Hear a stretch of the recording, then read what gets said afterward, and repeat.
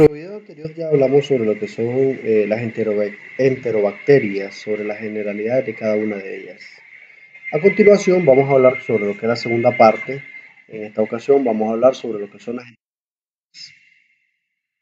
que son patógenas extraintestinales. Estamos hablando de la E. coli uropatógena E. coli K1, Escherichia coli K1. Bien, empezamos esta segunda parte hablando de los gram negativos. Pueden revisar la descripción del video donde también les comparto los enlaces de las otras clases, de tanto de bacterias gram negativos como de bacterias gram positivos, y así algunos procedimientos de laboratorio, tanto lo que es en urocultivos y técnicas bacteriológicas.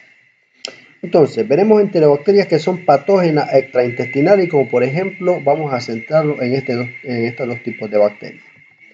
Para empezar, quiero regresar a una imagen que ya le he enseñado anteriormente y es sobre la clasificación de lo que son las enterobacterias. Hablaremos de aquellas enterobacterias que, siendo parte de la microbiota intestinal del humano sano, pueden también causar infecciones extraintestinales. Es decir, cuando dejan el intestino y llegan a otros órganos. En especial hablaremos de dos cepas, Escherichia coli K1 y Escherichia coli uropatógena.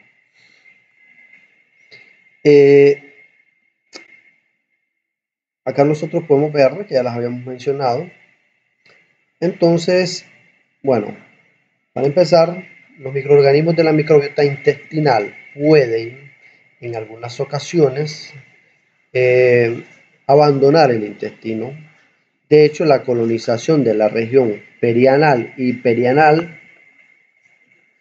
es muy frecuente. Es frecuente la colonización de vagina y la colonización de la porción externa de lo que es la uretra.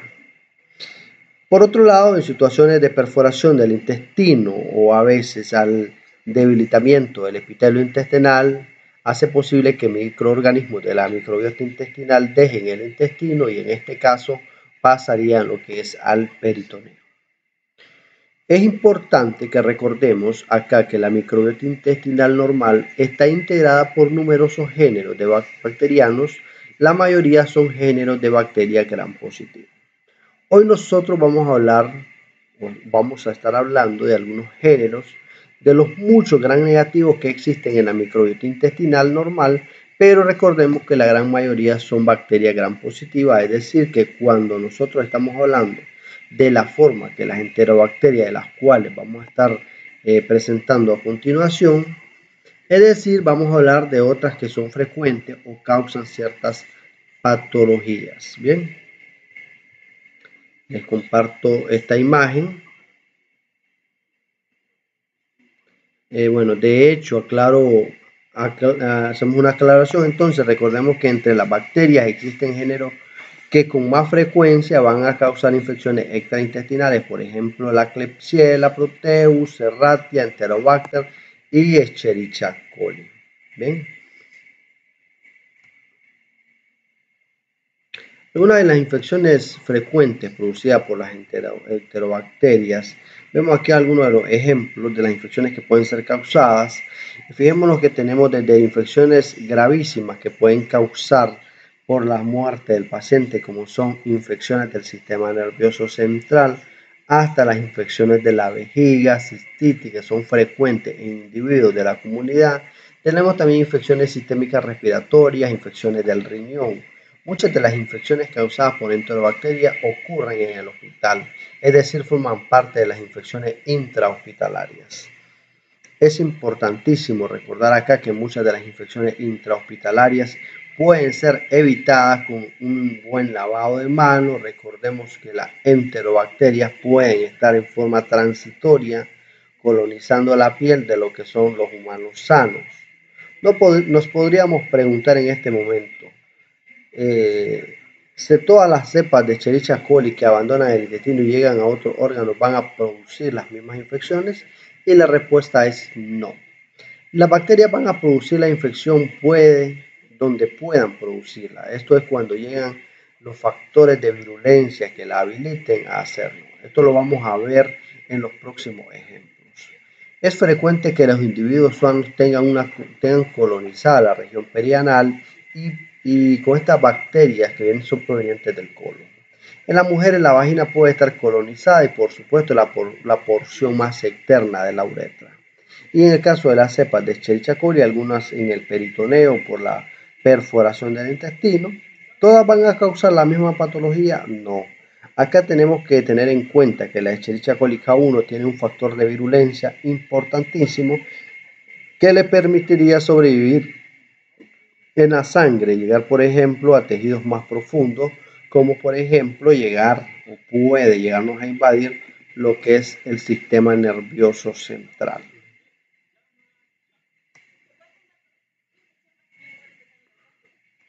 Evolutivamente, las cepas comensal de Escherichia coli adquirió por transferencia horizontal de genes información que le permite sintetizar factores de virulencia especializados y que la transforman en un patógeno eficiente en producir infecciones del tracto urinario. Estamos hablando de Escherichia coli uropatógena.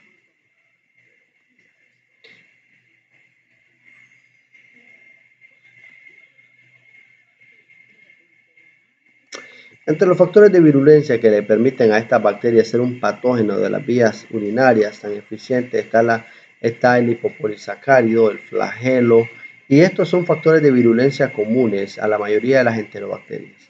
Pero también cuentan con factores especiales como factores de adherencia importantes, exotoxinas y sideróforos. Estos factores de virulencia le van a permitir a la Escherichia coli uropatógena llegar a infectar el riñón a partir de la colonización de zonas periuretral en su camino hacia el riñón.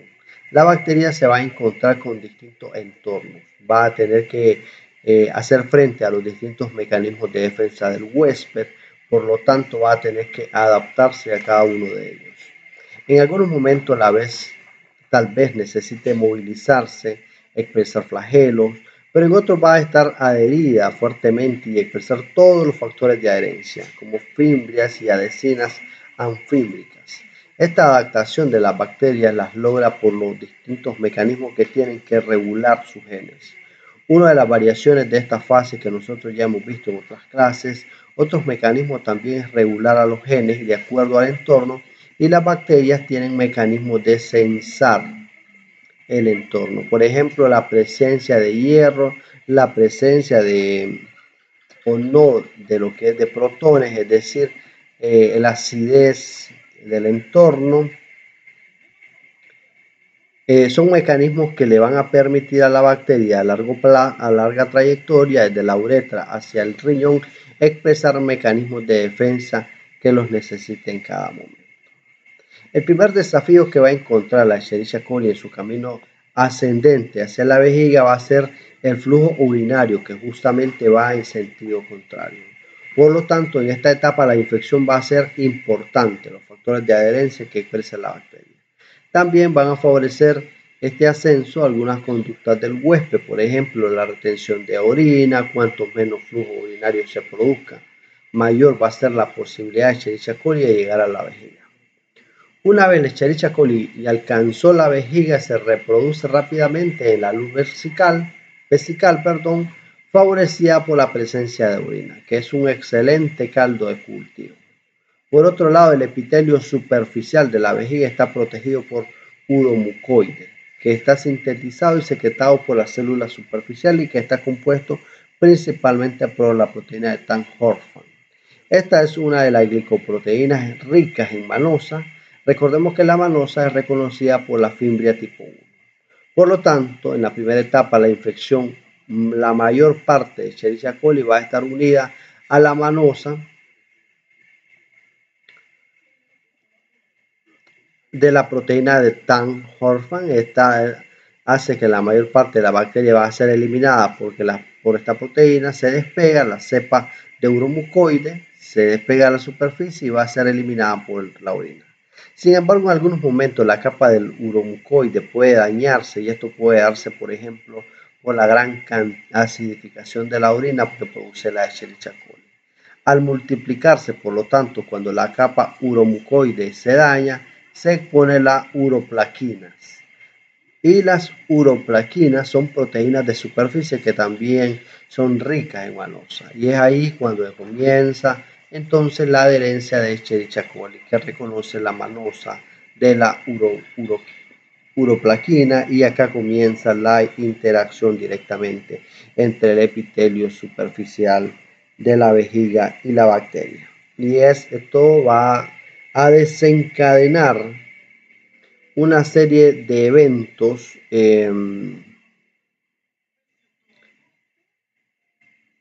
que vamos a ver a más detalle más adelante.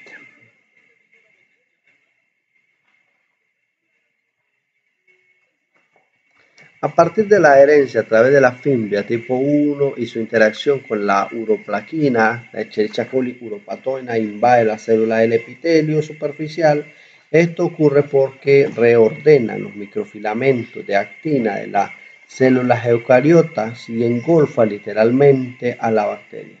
Una vez dentro de la célula del epitelio superficial, la Escherichia coli se reproduce muy rápidamente formando lo que se conoce como comunidad de bacterias intracelulares IBC, que es una suerte de biofilm. Pero dentro de la célula eucariota la bacteria se reproduce tan rápidamente que en algunos casos tiene aspecto filamentoso. Esto ocurre porque a la velocidad que se producen las bacterias no le da tiempo de formar el septum y separarse de la célula hija de la otra.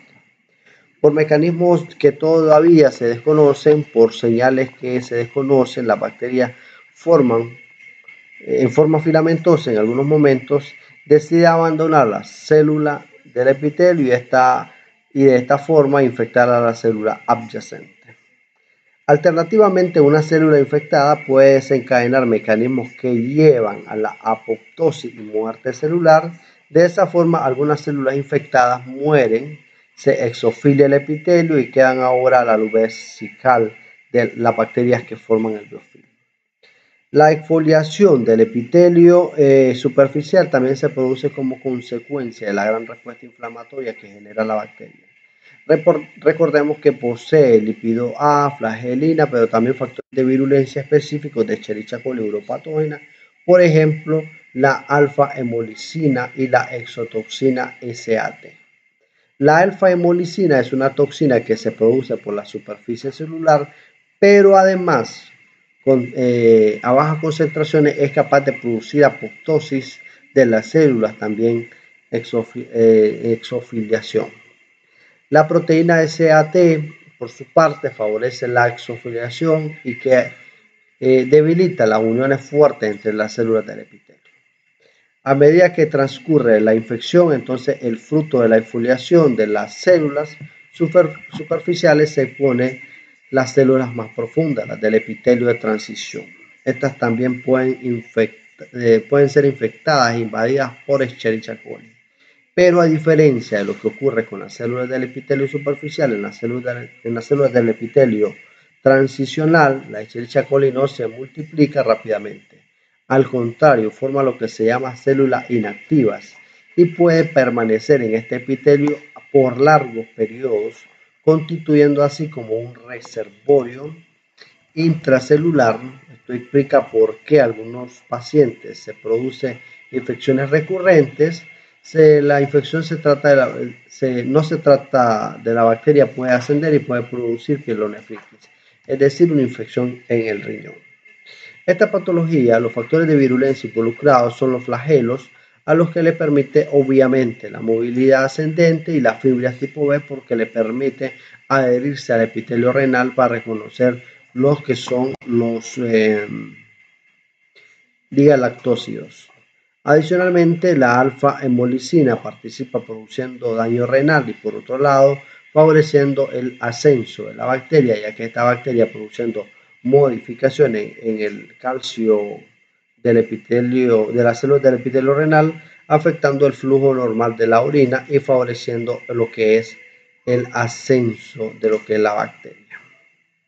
Vamos a analizar ahora la patogenia de las infecciones que pueden causar Escherichia coli K1 cuando abandonan su hábitat natural del intestino y llegan a otros órganos. La Escherichia coli K1 es una bacteria capsulada y puede causar meningitis tanto en el recién nacido como en el adulto.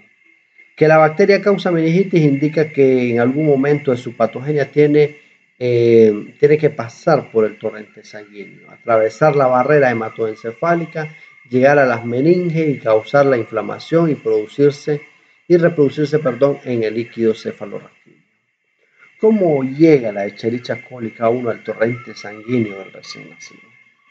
Uno de los caminos es entrar en el primer contacto con la bacteria cuando se coloniza a través del parto. La madre puede estar colonizada, como vimos al principio de la clase, con bacterias colónicas,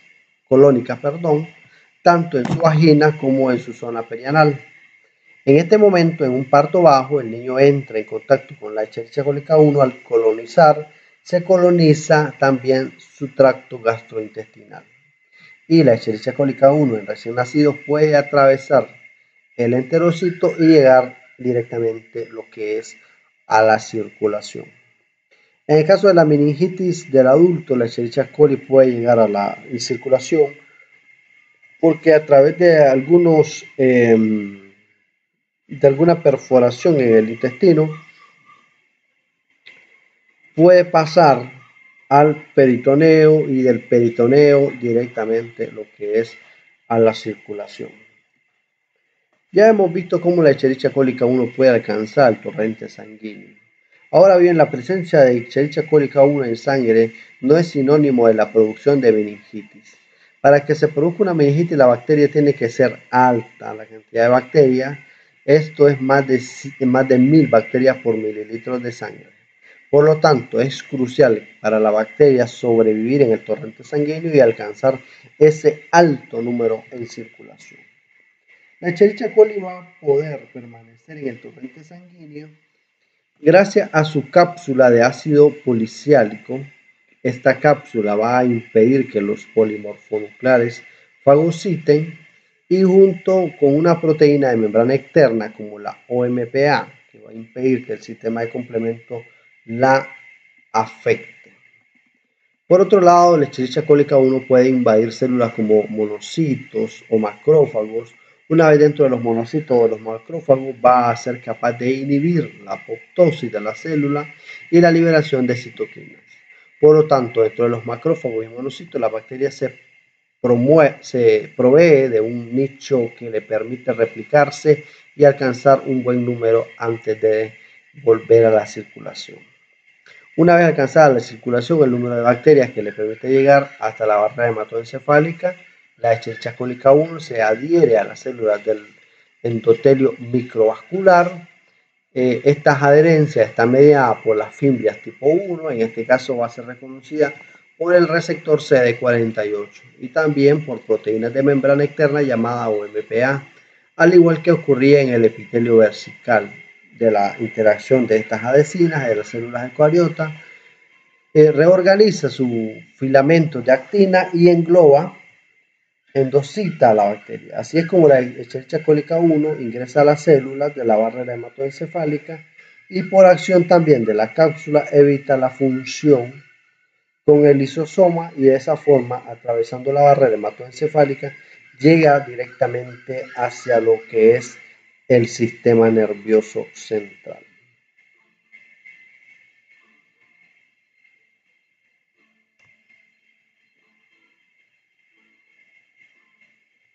En síntesis, la Escherichia coli K1 puede atravesar la mucosa, permanecer en circulación sin ser fagocitada, y duplicarse en circulación para llegar a la barrera hematoencefálica y atravesar y producir inflamación del sistema nervioso central. Recordemos que los factores de virulencia más importantes son la fimbria tipo 1, la cápsula y proteína de membrana externa, la OMPA. Ya para terminar, como resumen de este video de hoy, quiero solamente repasar que hemos visto en esta clase cómo las cepas de Escherichia coli que forman parte de la microbiota intestinal pueden causar infecciones extraintestinales. Vimos en el caso de la Escherichia coli uropatógena, que es capaz de producir infecciones en el tracto urinario, tanto en la vejiga como en el riñón, con múltiples factores de virulencia, adhesinas, flagelos, toxinas, sideróforos. La estrategia en este caso es la regulación de la expresión de estos genes en las distintas etapas de la infección. Mientras que la Escherichia coli K1, como acabamos de ver, es capaz de producir infección en tejidos tanto más profundos como el sistema nervioso central, utilizando relativamente pocos factores de virulencia como cápsula y adhesina, pero teniendo como estrategia principal la evasión del sistema inmune del huésped. Hasta acá con este video, recuerden suscribirse a nuestro canal y revisar la descripción.